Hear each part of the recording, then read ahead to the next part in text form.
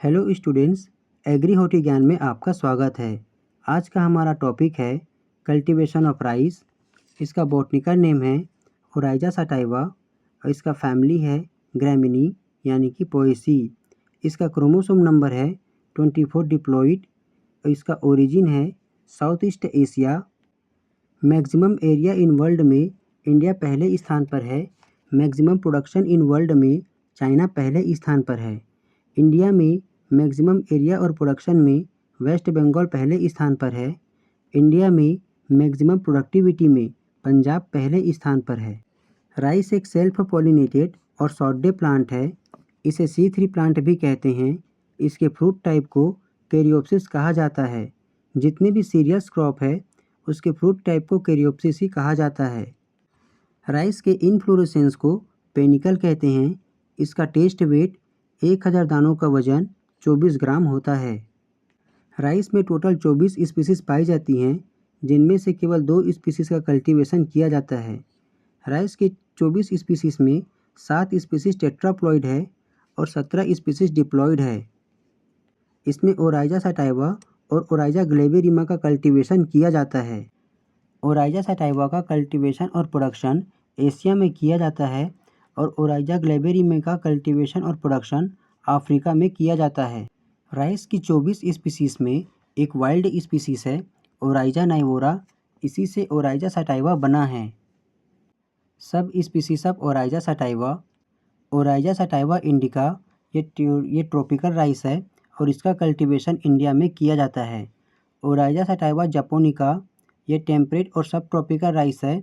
इसका cultivation Japan में किया जाता है। ओराइजा सटाइवा जवानिका ये वाइल्ड राइस है। इसे ब्लू राइस भी कहते हैं और इसका कल्टीवेशन इंडोनेशिया में किया जाता है। राइस मॉर्फोलॉजी, इसे थोड़ा ध्यान से समझिएगा। ये राइस के प्लांट का डायग्राम है। इसमें रूट, लीफ और स्टेम को वेजिटेटिव परमानेंट पार्ट्स कहा जाता है, क्योंकि ये इसके पूरे लाइफ साइकिल तक रहता है। ठीक है। सीड, पेनिकल और फ्लावर को रिप्रोडक्टिव टेम्परेरी पार्ट्स कहा जाता है। टेम्परेरी पार्ट्स इसलिए कहते हैं क्योंकि यहाँ से आपको आपका प्रोडक्शन मिलता है। ओके। धान की बाली के पीछे में जस्ट लगा हुआ एक छोटा सा पत्ती होता है, ये वाला, इसे पेनिकल कहते हैं। यानी कि जो धान के जो हेड में ही लगा होता है बाली के जस्ट ऊपर में, इसलिए इसे सीड हेड भी कहा जाता है। ठीक है। पैडी में जो टिलर्स निकले होते हैं वो नीचे की ओर झुक गए होते हैं और वो धारदार हो गए होते हैं, इसलिए उन्हें लिप ब्लेड कहा जाता है। ठीक है। वेजिटेटिव पार्ट्स हैं स्टेम यानी कि तना, नोड यानी कि जो गांठें होती हैं वो, और रूट्स, इन तीनों को मिलाकर वेजिटेटिव पार्ट्स कहा जाता है। ठीक है। ये दो अलग अलग प्लांट्स के पौधे के डायग्राम हैं। ये राइस का डायग्राम है और ये पल्सेस का। ओके। राइस में फाइब्रस रूट्स पाया जाता है और पल्सेस में टेप रूट पाया जाता है। फाइब्रस रूट में ये धागे नुमा होता है और ये बहुत सारी संख्या में होता है। टेप रूट ये सॉइल की गहराई तक जाता है। ठीक है। और ये सीरियल्स में फाइब्रस रूट सॉइल के ऊपर में ही रहता है, ज़्यादा गहराई तक नहीं जा पाता। ओके। ये दो मेजर डिफरेंस हैं इन दोनों में, इसे थोड़ा ध्यान से समझिएगा। राइस में सीड सोइंग के समय पल्म्यूल से एक प्राइमरी रूट निकलता है जिसे रेडिकल कहते हैं। ये थोड़े टाइम के लिए होता है, इसलिए इसे टेम्परेरी रूट भी कहते हैं, क्योंकि कुछ टाइम के बाद ये डिस्ट्रॉय हो जाता है या सूख जाता है। ठीक है। और पल्म्यूल से ही एडवेंटियस रूट निकलते हैं। ये परमानेंट रूट होते हैं जो लाइफ साइकिल तक रहते हैं। ठीक है। ये बहुत सारी संख्या में होते हैं और धागे के समान पतले पतले होते हैं। पल्म्यूल के जस्ट ऊपर में एक गांठ-नुमा संरचना होती है जिसे नोड कहते हैं और नोड से ही एक तना बनना स्टार्ट हो जाता है। नोड और इंटरनोड से एक कंप्लीट तना तैयार होता है। ओके। जैसा कि मैंने अभी कहा, नोड और इंटरनोड से एक कंप्लीट तना तैयार होता है और नोड के जस्ट बगल में ये देखो बड है, यहाँ से लिप बनना स्टार्ट होता है। ओके।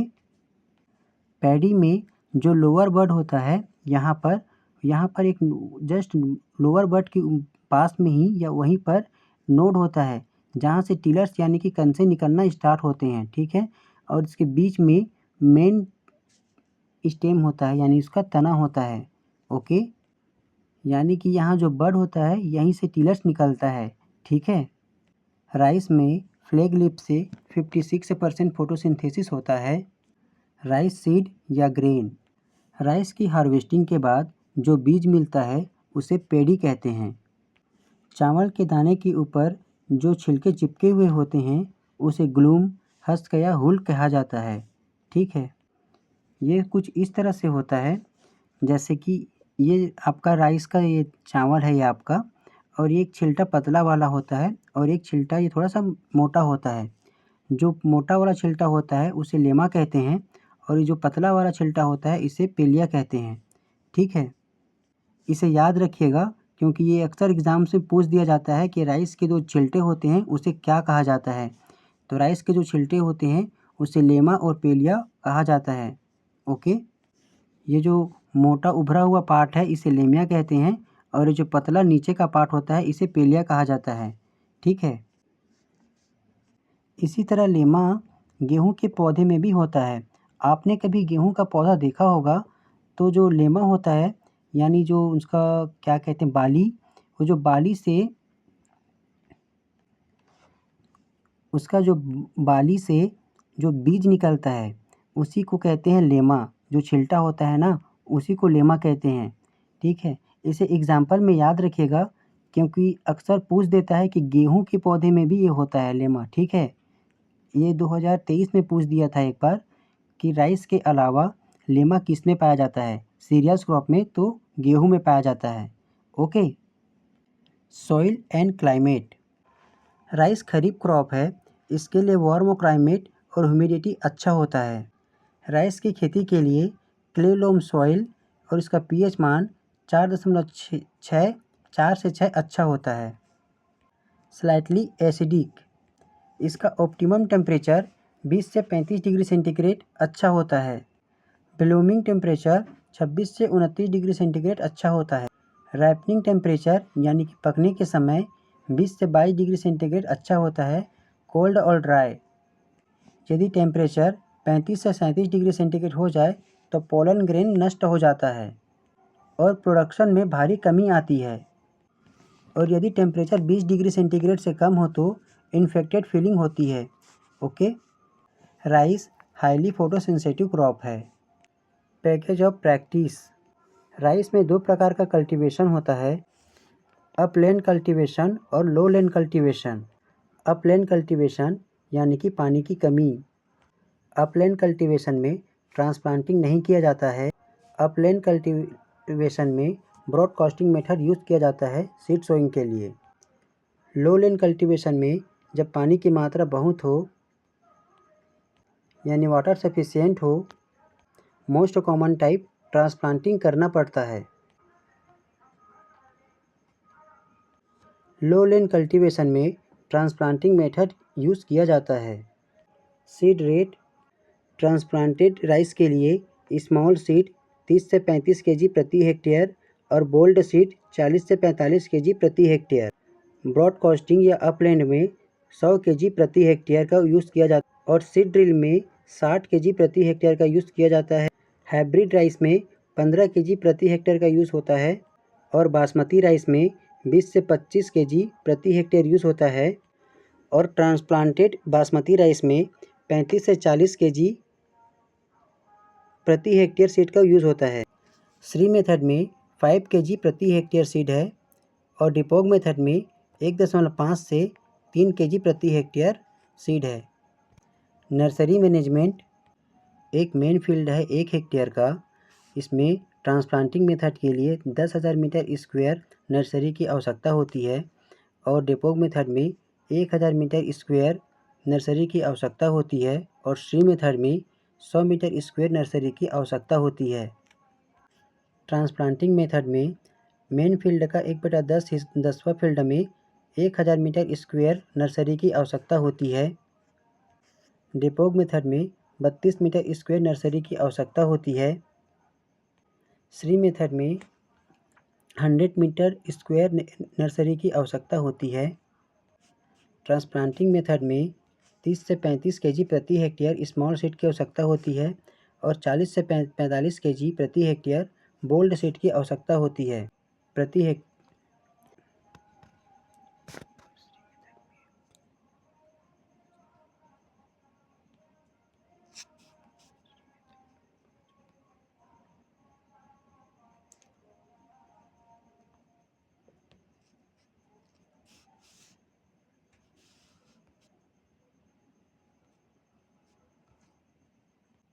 श्री मेथड में 5 किलोग्राम प्रति हेक्टेयर सीड होता है। Single seedling per hectare. Transplanting method में ट्रांसप्लांटिंग 20 से 25 दिन के बाद करना चाहिए और डेपोक मेथड में ट्रांसप्लांटिंग 14 से 15 दिन के बाद किया जाता है और श्री मेथड में 12 दिन के बाद ट्रांसप्लांटिंग किया जाना चाहिए। Sowing time. पेडी में सोइंग 3 स्टेप में होता है, अस, अमन और बोरो। अस में मई जून में सोइंग होता है और हार्वेस्टिंग अक्टूबर नवंबर में किया जाता है। अमन यानी कि खरीफ में जून जुलाई में सोइंग होता है और नवंबर से दिसंबर में हार्वेस्टिंग कर लिया जाता है। और बोरो में नवंबर दिसंबर में सीड सोइंग होता है और मार्च अप्रैल में हार्वेस्टिंग होता है। ये बहुत इम्पोर्टेंट है, इसे याद रखिएगा क्योंकि ये हमेशा क्वेश्चन में आता रहता है, खासकर पीएटी के क्वेश्चन में बहुत ज़्यादा आता है। Land preparation. कल्टीवेटर चलाकर गहरी जुताई करना, 25 सेंटीमीटर पानी भरा जाता है खेत में।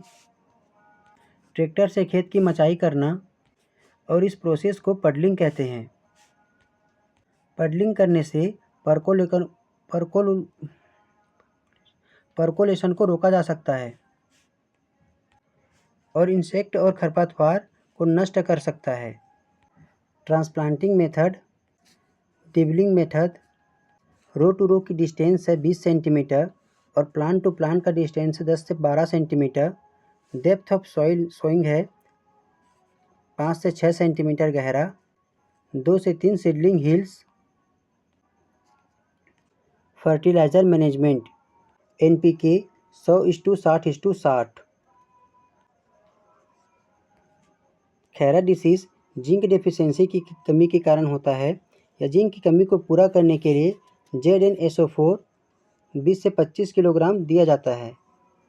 Bio fertiliser BGA, blue green algae और एजोला यानी कि वाटर फर्न का यूज़ किया जाता है। एनाबीना और एजोला ये दोनों एक साथ सिम्बायोटिक नाइट्रोजन फिक्सेशन करते हैं। Nitrogen loss mechanism. सबसे ज़्यादा नाइट्रोजन का लॉस डीनाइट्रिफिकेशन से होता है। दूसरा, लीचिंग से भी नाइट्रोजन का लॉस होता है। Types of cultivation. Upland cultivation, lowland cultivation. Upland cultivation में पानी नहीं रहता है जिससे वहाँ ऑक्सीजन की कमी नहीं होती है, जिससे वहाँ ऑक्सीजन भरपूर मात्रा में होता है, इसलिए उसे ऑक्सीडाइज जोन कहते हैं।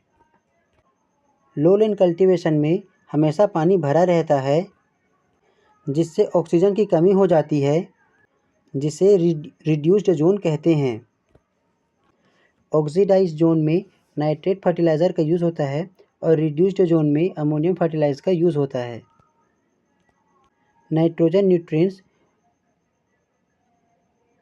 नाइट्रोजन इफिशियंसी 30 से 40% होता है। राइस के लिए जिंक और सिलिका माइक्रोन्यूट्रिएंट्स का होना बहुत आवश्यक होता है। सिलिका राइस की स्टेम को मजबूत बनाता है जिससे येलो स्टेम बोरर और पॉट बोरर उसे नहीं खा पाते और उससे उनकी रक्षा करता है। Rice water management. पैडी के लिए टोटल वाटर रिक्वायरमेंट 150 सेंटीमीटर यानी कि 150 से 200 सेंटीमीटर वाटर की रिक्वायरमेंट होती है। नर्सरी के लिए 20 सेंटीमीटर, पडलिंग के लिए 25 सेंटीमीटर और मेन क्रॉप के लिए 100 से 150 सेंटीमीटर वाटर की रिक्वायरमेंट होती है। 5 से 7 सेंटीमीटर गहरी पानी की आवश्यकता होती है। Critical stages. पैडी में 3 क्रिटिकल स्टेजेस होती हैं। पहला, टिलरिंग स्टेज 25 से 35 दिन after planting. Broadcasting soil stage. Broadcasting flowering stage 45 से 65 दिन after planting. Grain filling stage 80 से 120 दिन आफ्टर प्लांटिंग के बाद।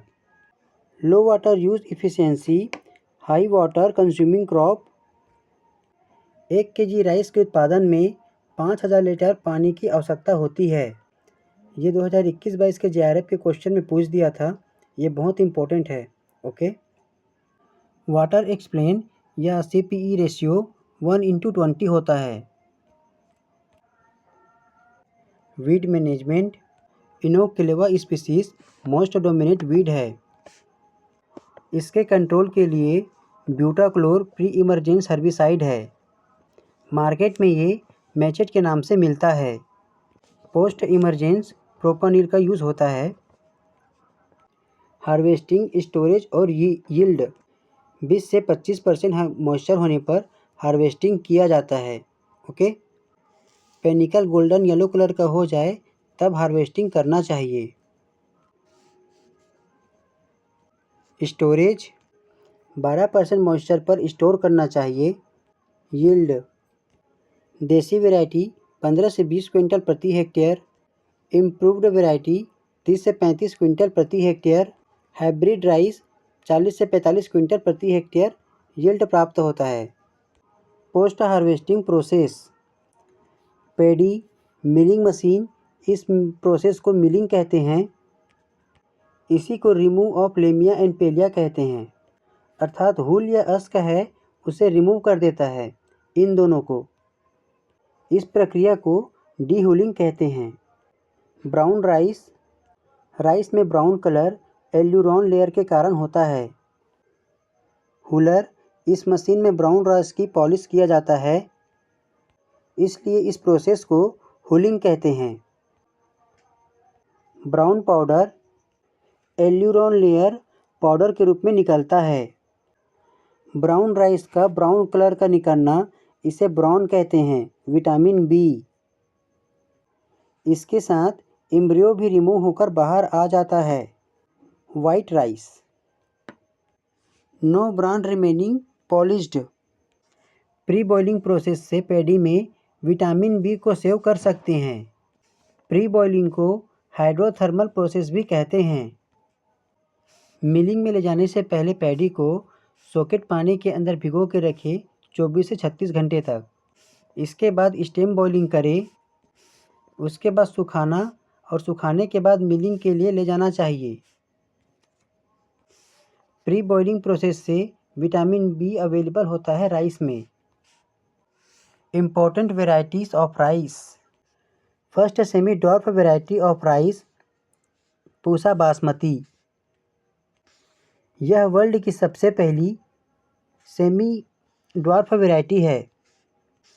First aromatic rice hybrid Pusa RH10 है। डाई एसिटाइल 1 प्रोपानेल केमिकल के कारण चावल में खुशबू आता है। Primary introduction of rice varieties of India.